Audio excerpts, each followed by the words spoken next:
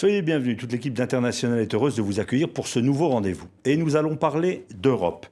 En cette fin de semaine, en effet, l'Union européenne semble traverser une sorte de nouvelle crise. Nous allons parler du Brexit, c'est-à-dire la sortie possible de la Grande-Bretagne de l'Union européenne. Il y a la crise agricole, il y a la question des migrants, bref. On a comme l'impression que l'Europe ne fait plus rêver et qu'elle surmonte semaine après semaine toutes ces crises au terme de négociations ou de nuits blanches interminables. Sur le plateau d'International aujourd'hui, un très bon connaisseur de cette Europe, Michel Barnier. Merci d'être avec Bonjour. nous. Et avec Sophie Malibaud de RFI. Vous avez occupé de très nombreuses fonctions dans cette Europe et vous en occupez encore. Vous avez été ministre des Affaires européennes, ministre des Affaires étrangères français, commissaire européen, député européen. Bref, vous connaissez bien la coulisse de cette Europe. Aujourd'hui, vous êtes conseiller spécial donc du président de la Commission, Jean-Claude Juncker, pour les questions de sécurité et de défense. Vous connaissez bien l'Europe. Est-ce que nous vivons une crise historique ou l'un de ces moments de crispation, au fond, comme il y en a eu beaucoup depuis plus de 50 ans? Ah non, c'est beaucoup plus qu'une crispation. C'est une addition de crises auxquelles l'Union européenne est confrontée, donc les citoyens, les gouvernements, les entreprises, comme jamais on en a vu en même temps, au même moment, depuis le début de la construction européenne, depuis 1950 ou 57, le traité de Rome. Et donc, cette addition de crises, elle a commencé en 2008 avec la crise financière. Et puis, d'autres secousses. Cette crise financière a provoqué une panne économique, a cassé la croissance dans beaucoup de pays européens. Et ceux qui étaient les moins bien armés, les moins bien préparés, les moins bien réformés, et c'est le cas de la France et d'autres pays, ont plus de difficultés à s'en sortir. Crise financière, crise économique, la crise migratoire, provoquée, on le sait bien, par les conflits du Proche et du Moyen-Orient. Et puis d'autres questions comme celle du maintien ou de la sortie du Royaume-Uni. Tout ça, ça fait beaucoup. Et donc, quelque part, c'est un moment de vérité pour les dirigeants européens. Ces crises, elles révèlent quoi? Elles révèlent parfois la capacité de résistance, de résilience de l'Union européenne. Je pourrais parler de ce que nous avons fait pour rétablir la stabilité financière en 2011, 2012, 2013. J'étais au cœur de ce projet de stabilité avec la régulation financière, l'union bancaire.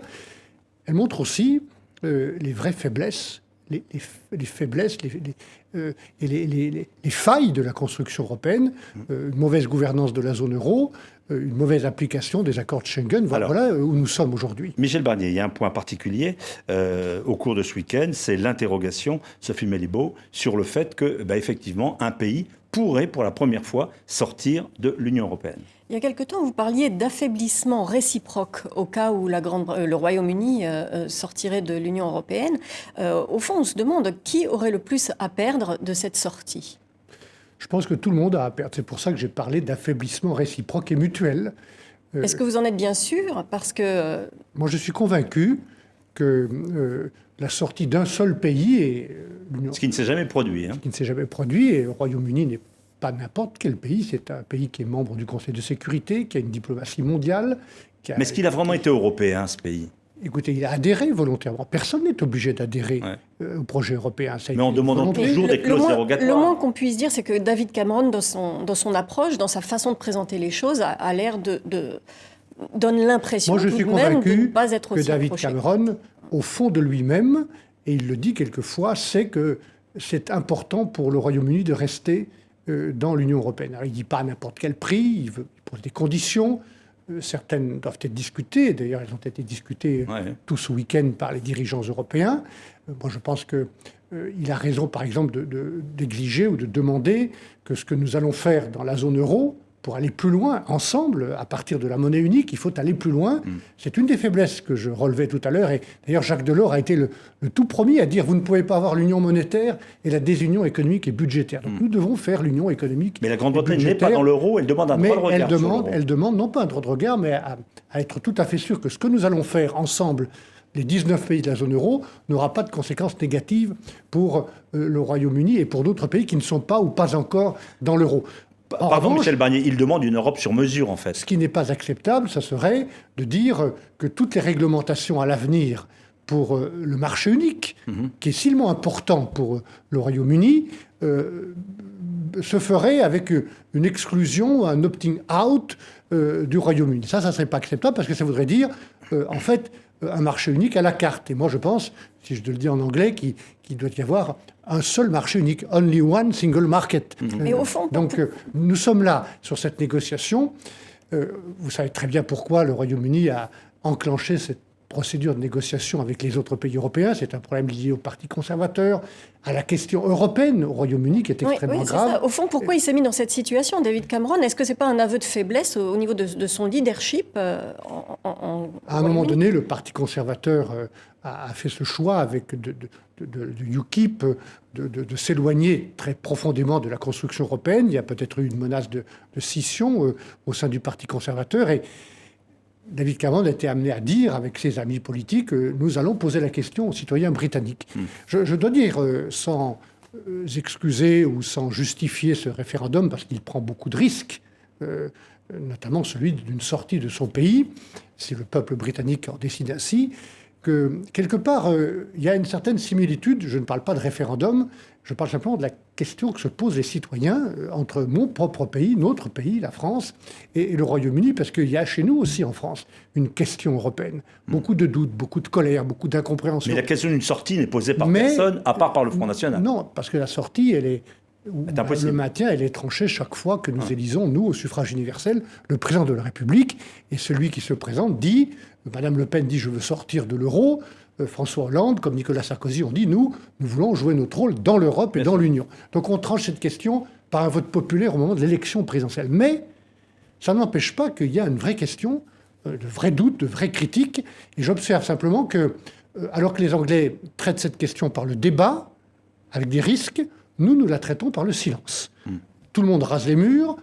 On a l'Europe honteuse, on en parle le moins possible parce que ça pose des problèmes chez les Républicains, j'en sais quelque chose, pas un mot, en France, oui. Ça pose des questions au Parti Socialiste, et donc du coup personne n'en parle. Et moi je pense que quand il y a une question, il vaut mieux en parler, c'est comme dans un couple ou dans une famille, il vaut mieux parler des questions, plutôt que de le traiter par le silence, parce que c'est le silence qui entretient les peurs, c'est le silence qui entretient la démagogie ou qui nourrit les discours démagogiques. Est-ce que Bruxelles a une responsabilité dans cette affaire, la façon dont les affaires sont conduites, le grand éloignement tout de même des institutions européennes vis-à-vis des opinions?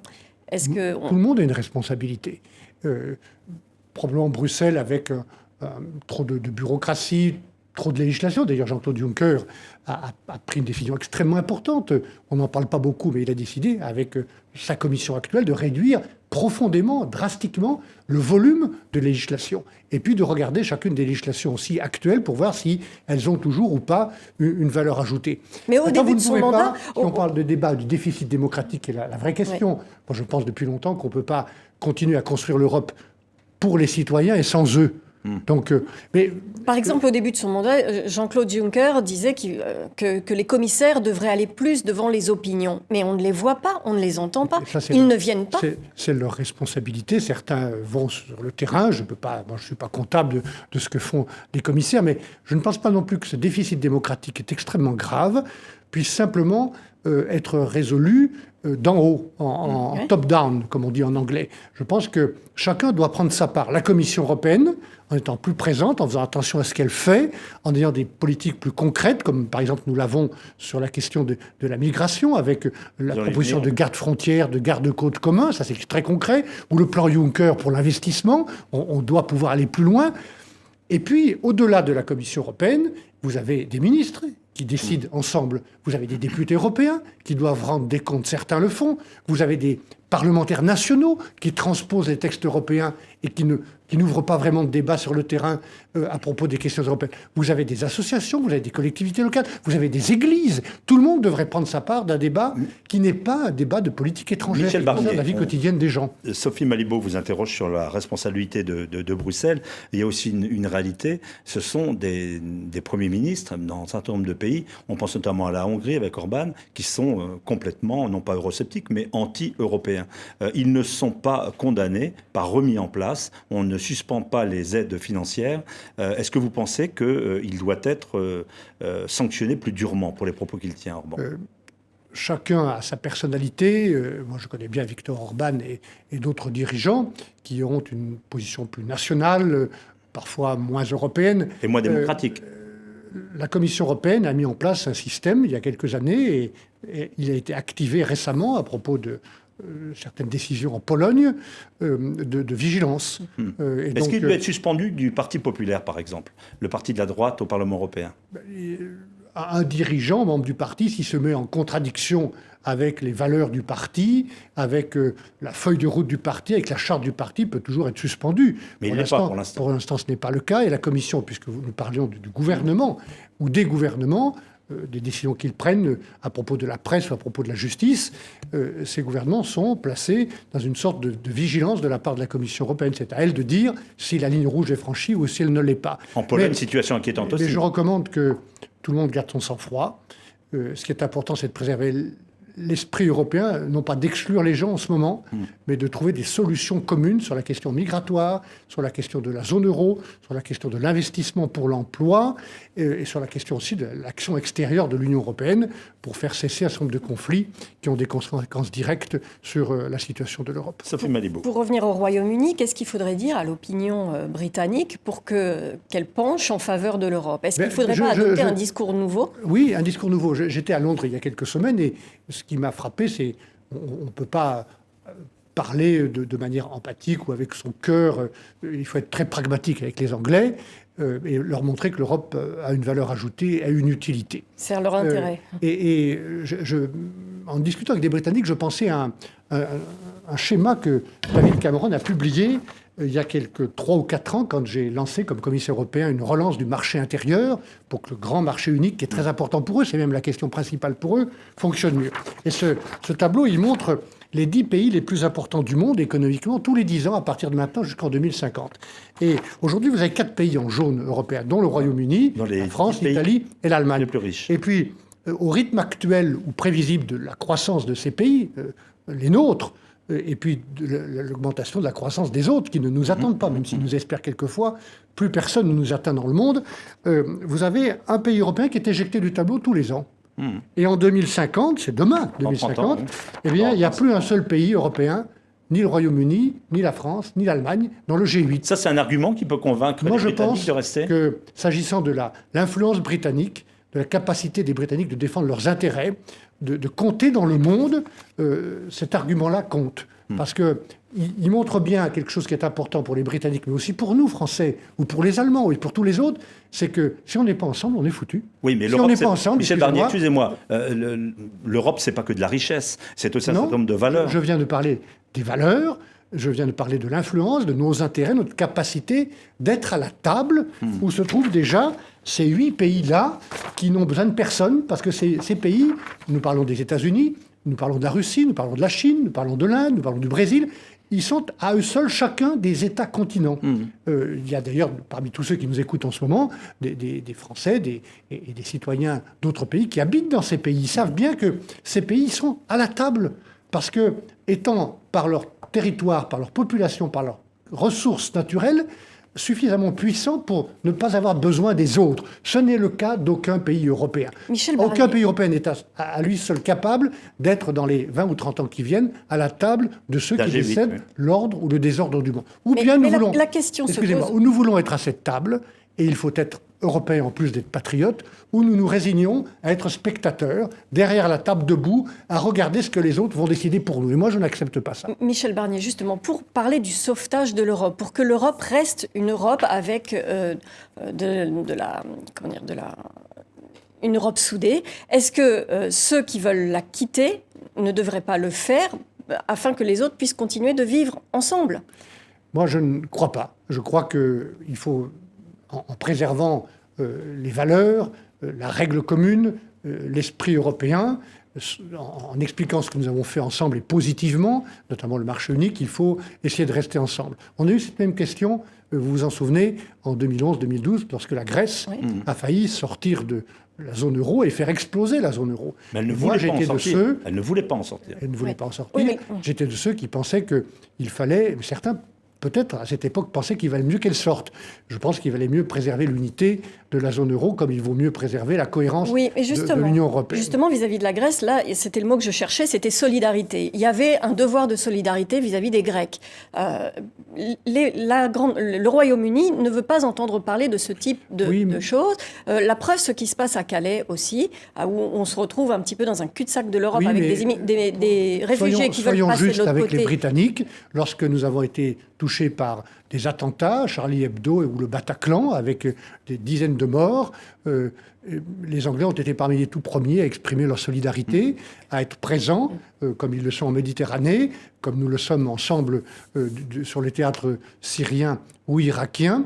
Donc peut-être le mot de solidarité ne s'exprime pas ou ne se traduit pas de la même manière partout, mais moi je ne vais pas faire de procès d'intention ou jeter la pierre. Je pense que nous sommes dans une situation très grave, le dos au mur, dans une crise ou dans plusieurs crises à la fois, et qu'on doit traiter les problèmes un par un, faire preuve de sang-froid, préserver ce qui reste et reconstruire l'esprit européen entre les dirigeants européens. Et puis, très vite, une fois qu'on aura stabilisé les choses, comme on a stabilisé la situation financière, avec la crise financière il y a 3 ou 4 ans, repartir de l'avant sur des sujets concrets qui intéressent les gens. Et je pense que pour la France, le président Hollande, pour l'Allemagne, la chancelière Merkel, la Commission, Jean-Claude Juncker, une initiative devrait être nécessaire pour relancer politiquement l'Union européenne sur les questions de sécurité et de défense, la question de la migration, la question aussi qui intéresse l'avenir, c'est-à-dire un investissement en commun, des emprunts en commun sur la recherche, l'éducation, la formation des jeunes. Voilà des sujets qui intéressent les gens et sur lesquels je crois on peut refaire la preuve qu'ensemble, on est plus fort que chacun chez soi ou chacun pour soi. Autre défi, nous parlions donc de cette Europe à géométrie variable avec une possible sortie d'un de ses membres, c'est la question migratoire. Est-ce que cette arrivée des migrants, on a vu notamment la chancelière qui a dû modifier un propos assez généreux ouvert au point de départ, est-ce que ça c'est aussi une remise en question du fonctionnement de l'Europe ? Ce qui se passe avec cette crise migratoire, 1 million de personnes rentrées de manière non contrôlée en Europe l'année dernière. On rappelle sur 500 millions d'Européens. Oui, c'est la preuve aussi de cette habitude ou de cette attitude des Européens qui prennent des décisions très fortes pour agir ensemble, qui demandent beaucoup d'énergie pour être adoptées par les peuples quelquefois, le référendum, c'est pas toujours facile, ou par les parlements. Et puis une fois que la décision est prise, on n'a plus assez d'énergie pour aller au bout de la logique qu'on a soi-même choisie. Et il y a 2 exemples de ça. C'est l'euro, la création de l'euro. On crée l'euro, et puis on prend le plus facile, on prend les emprunts, on emprunte facilement, abondamment, à des taux pas élevés, et on se met en dette, comme les Grecs ou les Français l'ont fait, et on ne va pas au bout de la logique, que je citais Jacques Delors, d'aller vers une coordination, un gouvernement économique, fiscal et budgétaire commun. Et Schengen, c'est la même chose. Ce dont nous parlons à l'instant, on fait la zone Schengen, on supprime les frontières, la libre circulation entre nous, on supprime les frontières intérieures, on prend le plus facile, la liberté de circulation, sans contrainte, à l'intérieur de cette zone, mais on ne fait pas ce qui est nécessaire, c'est le contrôle des dizaines de milliers de frontières maritimes, des 9000 km de frontières terrestres. Les frontières extérieures ne sont pas réellement contrôlées par les pays où se trouvent ces frontières. Et donc, c'est maintenant ça qu'il faut faire. Et si on ne le fait pas, ça sera l'explosion de la zone Schengen. Moi, je ne le souhaite pas. Je reviens sur la situation à Calais. Comment est-ce que vous voyez la solution ? Est-ce que de cette jungle de Calais qui grossit au fur et à mesure de l'arrivée des migrants qui ne peuvent pas passer de l'autre côté ? Ce sera la dernière question avant la pause. Je crois que le gouvernement français prend bien la mesure et tout ce qui est dit au niveau de la ville de Calais, la maire de Calais, le président de la région, Xavier Bertrand, qui dit les choses très clairement et très calmement, c'est qu'il faut supprimer cette jungle, traiter dignement les gens, les répartir sans doute dans d'autres endroits, comme on a commencé de le faire, en renvoyant des gens dans d'autres centres d'accueil en France, et en tout cas ne pas laisser cette situation telle qu'elle est, avec des réfugiés qui sont dans des situations indignes. Michel Barnier, le vrai problème, excusez-moi, nous allons faire une pause sur l'antenne de RFI, sur celle de TV5 Monde, et nous reprendrons cette question de la crise migratoire dans exactement 2 minutes.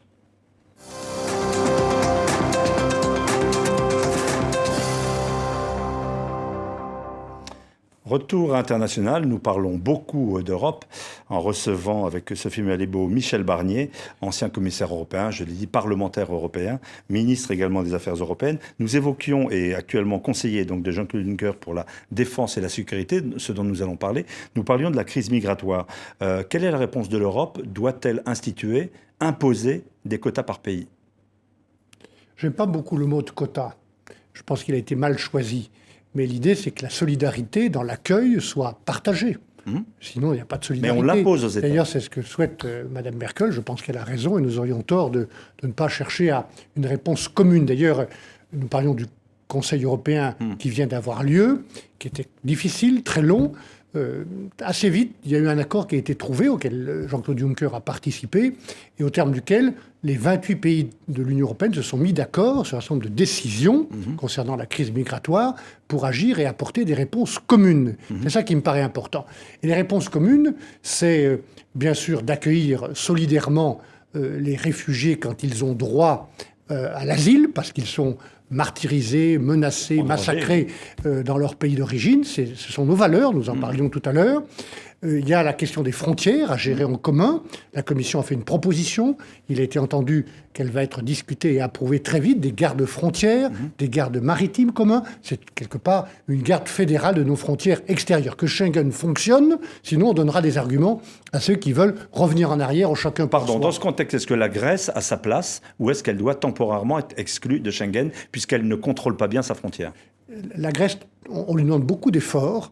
En même temps, financiers, administratifs, de réformes. Et je pense qu'elle a besoin de notre solidarité. Donc, quelque part, on peut régler avec les Grecs, je dis bien avec les Grecs, la question des frontières, en faisant ce que nous sommes en train de faire, des centres d'accueil qu'on appelle des hotspots. Il y en a 4 qui sont actuellement quasiment opérationnels. Pas d'exclusion de la Grèce. En mettant des contrôles.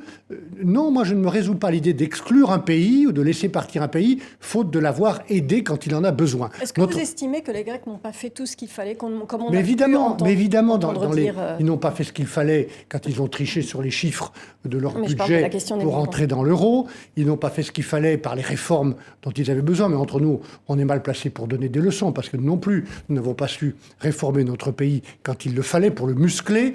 Et puis, les frontières extérieures n'ont pas vraiment été gérées rigoureusement, parce qu'on n'a pas contrôlé, comme on doit le faire. Toute personne qui rentre dans l'Union doit être identifiée, contrôlée. On doit avoir des points d'accueil où l'interconnexion se fait entre le fichier Schengen, le fichier Europol et les autres fichiers dont disposent les services de sécurité. C'est ce que font les Américains, c'est ce que font les Chinois, c'est ce que font les Russes quand on rentre sur leur territoire. Nous devons faire la même chose rigoureusement à nos frontières. Puis la dernière chose, qui probablement est la plus importante, c'est d'agir pour que les conflits qui provoquent ces flux migratoires s'arrêtent, retrouver de la stabilité au Proche et au Moyen-Orient, dans le Maghreb, en Afrique, et puis aider au développement. Je rappelle aussi que l'Europe, on peut toujours donner des leçons, on peut toujours critiquer, mais l'Europe est tout de même l'Union européenne.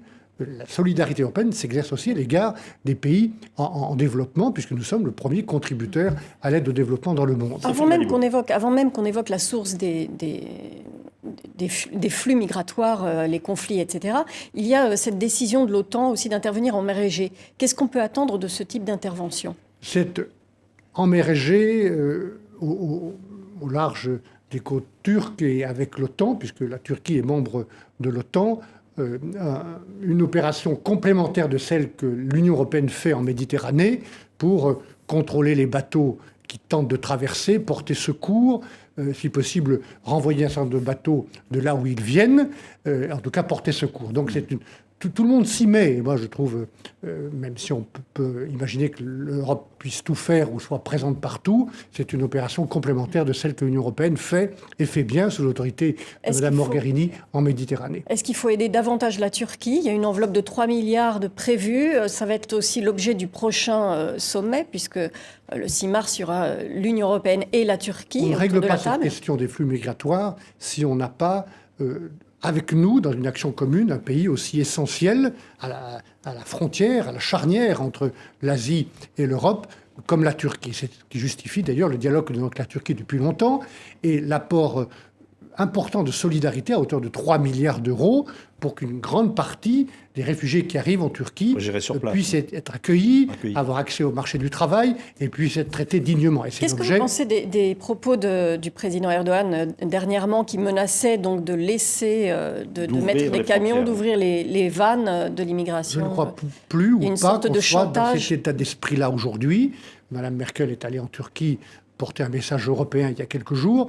L'état d'esprit est plutôt, avec cet apport de 3 milliards et puis d'autres négociations qui sont en cours, que la Turquie se mette dans une attitude positive pour aider au contrôle et à la maîtrise des flux migratoires. Mais encore une fois, on ne traitera cette question correctement qu'à la racine ou à la source, en rétablissant la stabilité en Irak et en Syrie, en veillant à ce qu'il n'y ait pas d'instabilité dans d'autres régions comme la Libye ou la Tunisie ou d'autres Alors pays. justement, un domaine où on ne trouve pas l'Europe, il s'agit des frappes qui sont actuellement lancées contre l'État islamique ou un certain nombre d'organisations terroristes. La France est bien seule, il n'y a pas de réponse conjointe européenne. Vous ne trouvez pas l'Europe parce qu'il n'y a pas d'armée européenne, il n'y a pas d'aviation européenne. Bien sûr, mais il n'y a pas d'autres pays européens. Il y a des pays européens qui contribuent dans une sorte de coordination internationale à lutter contre Daesh, qui devrait être dans cette région la seule cible et le seul ennemi qu'on doit combattre.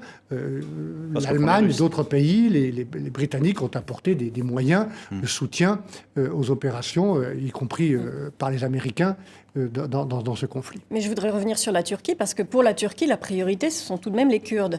Et aujourd'hui, ce qui se passe, c'est que les Turcs reprochent aux Occidentaux, aux Américains notamment, d'aider les Kurdes à leurs frontières. Ça devient difficile d'avoir une alliance cohérente. Ça devient très difficile, mais tout est compliqué. C'est le général de Gaulle qui le disait dès qu'on va vers le Proche et le Moyen-Orient. Et actuellement, c'est beaucoup plus que compliqué, c'est très grave. Et on voit bien dans cette région que chaque pays mène sa propre guerre contre quelqu'un de différent, alors que le seul adversaire devrait être les mouvements terroristes comme Daesh. Et donc, ce qu'il faut, c'est probablement que l'Union européenne joue un rôle de médiateur ou de médiation entre ces deux grands courants que l'on voit se mettre en place, les Russes et les Iraniens d'un côté, les Turcs et les Saoudiens de l'autre. On voit bien qu'il y a des solidarités qui se créent pour d'autres raisons, ou différentes raisons. Je pense que l'Europe, c'est le sens du travail que fait Mme Mogherini comme haute représentante, devrait être, parce que les Américains sont un peu absents, devrait être dans ce rôle de médiation et d'équilibre entre ces deux grandes tendances. Alors, nous venons de faire, d'une certaine façon, un peu le tour du monde de ces problématiques de crise. Je voudrais qu'on s'arrête sur un dossier que vous connaissez bien. Vous avez été ministre de l'Agriculture. Je voudrais tout de même, si vous me permettez, de dire un mot à propos du terrorisme, parce que je pense qu'on ne combattra pas le terrorisme seulement avec des bombardements. Ouais. On devra combattre le terrorisme par aussi un autre narratif. Et ça vaut pour les pays d'Afrique subsaharienne ou proche du Moyen-Orient, d'où partent beaucoup de jeunes qui s'engagent dans le djihad. Ça vaut aussi pour des citoyens de nos propres pays qui sont tentés par plusieurs centaines de rejoindre le djihad. Donc je pense qu'un narratif qui serait fondé sur un autre projet culturel, sur l'emploi, sur la formation, est nécessaire, à la fois chez nous et dans ces pays qui sont tentés de basculer. Pour parler de la Libye, par exemple, cette semaine, dans la nuit de jeudi à vendredi, il y a eu des bombardements américains contre des bases, contre des groupes terroristes. Oui. Centres d'entraînement de Daesh, pas loin de Tripoli. Est-ce que vous pensez qu'il y a une solution militaire en Libye, ou est-ce qu'il faudrait davantage œuvrer par d'autres voies ? Les mouvements terroristes mènent une forme de guerre contre nous, on l'a vu avec les attentats, et donc quelque part, il faut les combattre par tous les moyens là où ils sont. Mais je viens de vous dire moi-même, avant votre question, qu'on ne peut pas combattre ces mouvements uniquement par les bombardements. Il faut les combattre par un narratif politique et culturel, et voilà pourquoi il faut aussi, en Libye, comme les Nations Unies le font, bâtir une forme de stabilité politique, un gouvernement d'union nationale qu'il faut soutenir, et dans d'autres pays du Maghreb, faire très attention. Voilà pourquoi l'Union européenne, qui est là, à côté, de l'autre côté de la Méditerranée, doit être très solidaire de ce qui se passe pour aider ces gouvernements de transition et d'union nationale à réussir. Ce sont les Américains qui ont bombardé en Libye. Les Européens, que vont-ils faire ? Sur le plan militaire, ils restent les bras croisés ? Je pense que l'Union européenne, avec les compétences qui sont les siennes, suit attentivement ce qui se passe.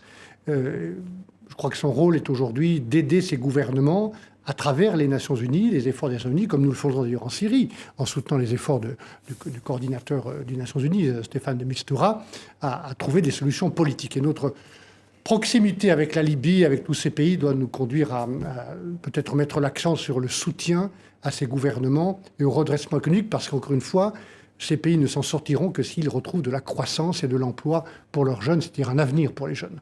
Alors, je tentais une transition sur un autre domaine, qui est celui de l'agriculture. Vous avez été ministre de l'Agriculture. Je voudrais qu'on regarde ce qui s'est passé en France avec une question. Est-ce que ça se gère nationalement ou est-ce que ça se gère, là encore, question au niveau de l'Europe? Revenons sur ces quelques jours en France. Des mois que les agriculteurs français crient leur détresse.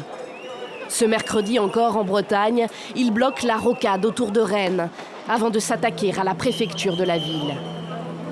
Ce même jour, pourtant, le gouvernement français a annoncé des baisses de charges pour les soulager. Insuffisant aux yeux de cet éleveur breton. Les aides, on en a marre, on n'en veut plus. C'est mal perçu, ça ne va pas directement dans la poche du paysan et il faut du temps pour que ça vienne. Nous, on voudrait simplement et dignement vivre de notre métier. Les agriculteurs français produisent à perte. Les cours de leur production sont trop bas. Deux filières souffrent en particulier, celle du lait et de la viande de porc. Le gouvernement français n'a pas de solution pérenne à cette crise qui s'éternise. Pour son chef Manuel Valls, la solution doit aussi venir de Bruxelles. La crise est aussi européenne. La Commission doit activer les pouvoirs dont elle dispose en cas de crise. Jusqu'à présent, elle a fait trop peu et trop tard. L'Union européenne n'en ferait pas assez. La Commission a pourtant débloqué 500 millions d'euros d'aide au secteur en septembre dernier. Aujourd'hui, le ministre français de l'Agriculture veut qu'elle aille plus loin. Lundi, à Bruxelles, Stéphane Le Foll a tenté de vendre à ses homologues européens un mémorandum de mesures concrètes. Je cherche à sensibiliser mes collègues et le Conseil européen pour qu'on bouge sur un certain nombre de ces sujets. Et ça vaut aussi pour l'embargo russe, ça vaudra aussi pour la demande sur l'étiquetage à l'échelle européenne. Négocier avec la Russie pour qu'elle allège son embargo sur les exportations agricoles européennes. Préciser l'origine des ingrédients sur l'étiquette des produits transformés et permettre ainsi aux consommateurs de privilégier la production de leur pays. Mais aussi stocker les surplus à l'échelle européenne, travailler sur les questions d'harmonisation sociale et fiscale. Telles sont les pistes proposées par la France à Bruxelles. Des décisions concrètes pourraient être prises lors du Conseil européen du mois de mars, pas avant.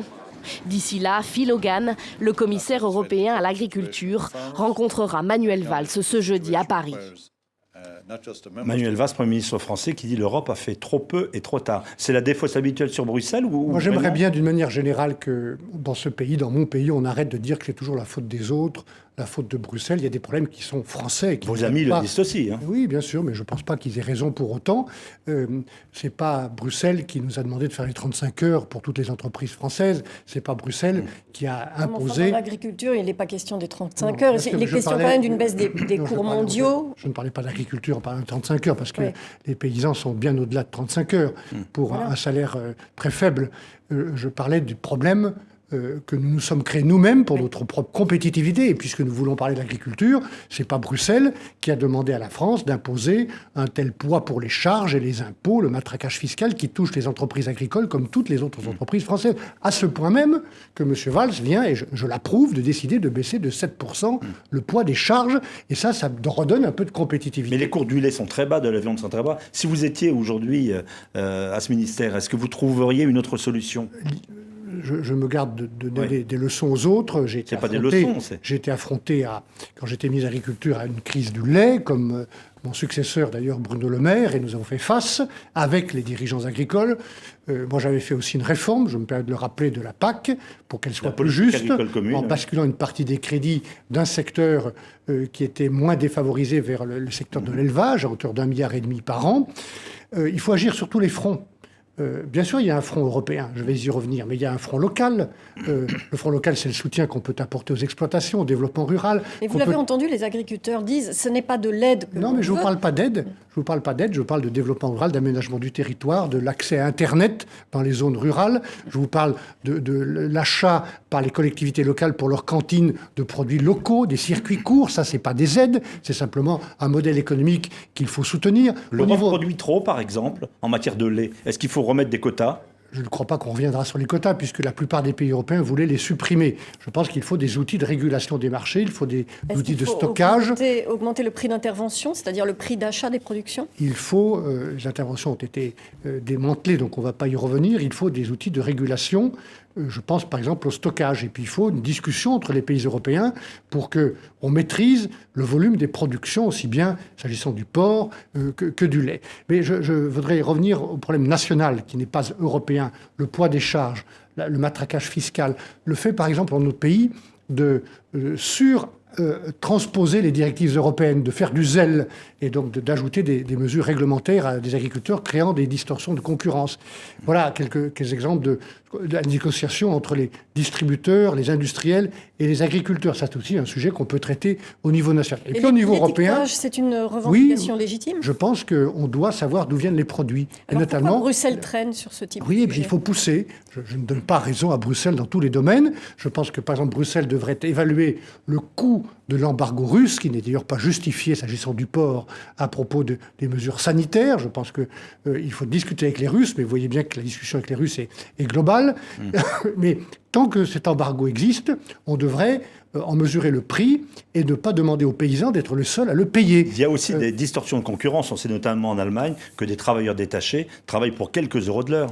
Oui, et c'est pour ça aussi que j'ai approuvé le fait que l'Allemagne se dote enfin d'un salaire minimum pour réduire cette distorsion. Et s'il y a vraiment des concurrences déloyales, la Commission, M. Hogan l'a dit il y a quelques jours, doit examiner, elle examine les situations où il pourrait y avoir une concurrence déloyale.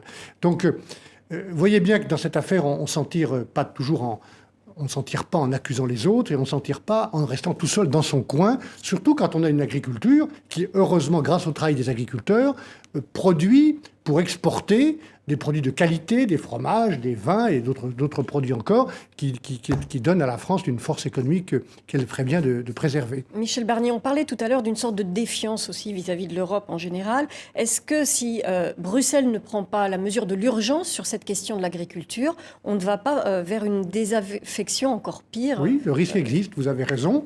Mais encore une fois, faut-il dire... Qui est responsable de quoi ? On ne peut pas toujours dire c'est la faute des autres, se défausser de nos propres responsabilités. C'est trop facile. C'est ça qui me met en colère, moi, comme citoyen et comme homme politique français, de voir que dans ce pays, non seulement on ne parle jamais de l'Europe, notamment positivement, y compris quand il y a de bonnes nouvelles. Le plan Juncker est une bonne nouvelle. L'accord... Il ne se matérialise pas très vite. Si, par hauteur de plusieurs centaines de milliards engagés maintenant, y compris dans notre pays, sur des projets concrets. L'accord auquel l'Union européenne a apporté tant de contributions avec l'Iran est une bonne nouvelle. Voilà, l'accord probable pour régler la question chypriote est une bonne nouvelle. Il y a de bonnes nouvelles, mais non seulement on ne les dit pas, mais quand on est face à des problèmes, on dit c'est la faute des autres, c'est la faute de Bruxelles. Je ne trouve pas ça juste. Alors Michel Barnier, on a beaucoup parlé de l'Europe, du monde. Revenons peut-être sur la situation politique de la France. Vous avez eu de très nombreuses fonctions européennes, vous en avez encore, mais vous êtes un homme politique français encore engagé. Comment va votre famille politique ? On va simplifier. Les Républicains, c'est le centre-droit. Déjà pas loin de 10 candidats à la primaire, pas mal. Vous avez déjà fait votre choix, vous ? Oui, j'ai fait mon choix. J'ai décidé de soutenir Bruno Le Maire il s'est engagé, il va s'engager, je l'espère en tout cas, dans cette élection, parce qu'il a, je pense, la capacité de donner de l'espérance à ce pays qui en a besoin. Et c'est parce une qu'il bonne est chose, le plus jeune des candidats, parce qu'il a l'ambition de l'être et d'assumer cette fonction suprême de notre République, parce qu'il a la formation et la culture nécessaires. Moi, j'ai décidé de soutenir cet homme qui a la capacité de porter le renouveau et de l'exprimer. Voilà votre question. Maintenant, vous me demandez comment va ma famille politique. C'est pas une machine à perdre, la primaire, par exemple. Elle est en convalescence. Non, je pense que ne pas faire de primaire aurait été une machine à perdre, parce qu'il y a personne dans ce parti, c'était d'ailleurs le cas de la gauche, souvenez-vous, en 2011, qui ait la légitimité et qui fasse l'unanimité. Personne ne fait l'unanimité. Et c'est pour cette raison que nous avons choisi, comme les Italiens l'avaient fait il y a quelques années, comme les socialistes français l'ont fait en 2011, d'ouvrir le débat Et je trouve très bien qu'il y ait beaucoup de candidats, parce que chacun va s'exprimer. Peut-être tous n'iront-ils pas jusqu'au bout de leur candidature à la primaire, mais je trouve très bien qu'il y ait un débat, que tout le monde puisse s'exprimer, qu'on traite cette question par le débat dont nous avons si peu l'habitude dans ce pays. La mise en examen de Nicolas Sarkozy, comment est-ce que vous réagissez par rapport à ça? Ça va peut-être dans le sens de Bruno Le Maire, ça va peut-être favoriser Bruno Le Maire? Mais moi, j'ai décidé, dans cette campagne et dans mon action, je l'ai toujours fait en Savoie lorsque j'étais élu, et dans mon action politique nationale européenne, de ne pas parler trop de temps sur les autres, de ne pas critiquer les autres. Je pense que les Français, comme beaucoup d'autres, ont envie de pouvoir voter pour quelqu'un plutôt que contre les autres. Donc moi, j'ai décidé de dire pourquoi je soutiens Bruno Le Maire, pourquoi je pense qu'il ferait un bon président de la République. Vous me posez la question de Nicolas Sarkozy, j'ai été son ministre, nous avons travaillé en confiance, j'ai fait un autre choix, je viens de le dire, pour l'élection présidentielle, mais ça n'interdit pas que, dans le moment difficile où il se trouve, je lui dise mon amitié. Alors actuellement, dans l'actualité, il y a un autre dossier, celui des Jeux Olympiques. Paris, candidat pour 2024. Vous avez, on s'en souvient, il y a plus de 20 ans, avec Jean-Claude Killy, vous avez porté les Jeux Olympiques d'Albertville. C'est important, ces Jeux Olympiques, je veux dire, en termes de rayonnement, en termes économiques. Écoutez, moi je pense qu'une région, une commune, y compris une petite commune, un pays qui est sportif, il a plus le moral. Il a plus de dynamisme parce qu'il est sportif. Et ce pays, notre pays, a cette chance d'avoir des centaines de milliers de bénévoles, de pratiquants, d'amateurs qui aiment le sport, qui le pratiquent ensemble ou individuellement. Et donc je trouve que tout ce qui peut contribuer à renforcer cette dynamique sportive renforcera le moral du pays qui en a besoin, parce que nous sommes en quelque part d'une sorte de dépression morale et de panne économique. Donc oui, je pense que Paris 2024, c'est une bonne idée. Oui, je pense que notre pays, mon pays, doit avoir l'ambition, comme d'autres. Il y a 5 candidatures pour les Jeux de 2024. Ouais, on n'a pas droit aux Jeux Olympiques. Mais on peut participer à cette compétition. On peut faire de ce rêve des Jeux une réalité. Il y a des rêves qu'on construit. Et je trouve très bien que des gens comme Tony Estanguet et d'autres s'engagent dans cette compétition. En tout cas, moi, je les aiderai de toutes mes forces. Comment avez-vous l'impression que la France est vue lorsque vous vous déplacez? Évidemment, vous regardez avec une certaine distance. Il y a une crise politique, une crise sociale, etc. C'est pourtant un pays qui donne envie, qui fait envie. Et il n'a pas le moral, ce pays. Oui, moi je pense d'abord depuis très longtemps que la France n'est pas grande quand elle est arrogante et elle n'est pas forte si elle est solitaire. Voilà ce que je pense, depuis très longtemps. J'avais d'ailleurs dit ça aux ambassadeurs français lorsque j'étais leur ministre. Donc ne soyons pas arrogants. Nous n'avons pas beaucoup de leçons à donner parce que nous sommes en faiblesse économique, et c'est ça qui inquiète pour expliquer le regard des autres, notamment en Europe. On est inquiet de voir la France faible économiquement, incapable de se réformer. Il faut retrouver cette capacité de réforme et de compter sur le plan économique. Mais nous avons, par la francophonie, je le dis sur une chaîne francophone, deux chaînes francophones, qui n'est pas seulement la langue des Français, qui est la langue de plusieurs centaines de millions d'hommes et de femmes dans le monde, y compris dans des pays comme, par exemple, comme Haïti, que j'aime bien et qu'avec mon épouse nous soutenons. La France, par la francophonie, par les valeurs qu'elle défend, par sa présence diplomatique et par les Français de l'étranger qui sont très très nombreux et très actifs, a un message à porter. Nous sommes encore espérés, mais plus personne ne nous attend. Et donc il faut pour cela tenir compte de cette nouvelle réalité du monde et aussi, je le répète, jouer de l'influence grâce et par l'Union européenne, être européen en plus d'être patriote. Voilà ma ligne.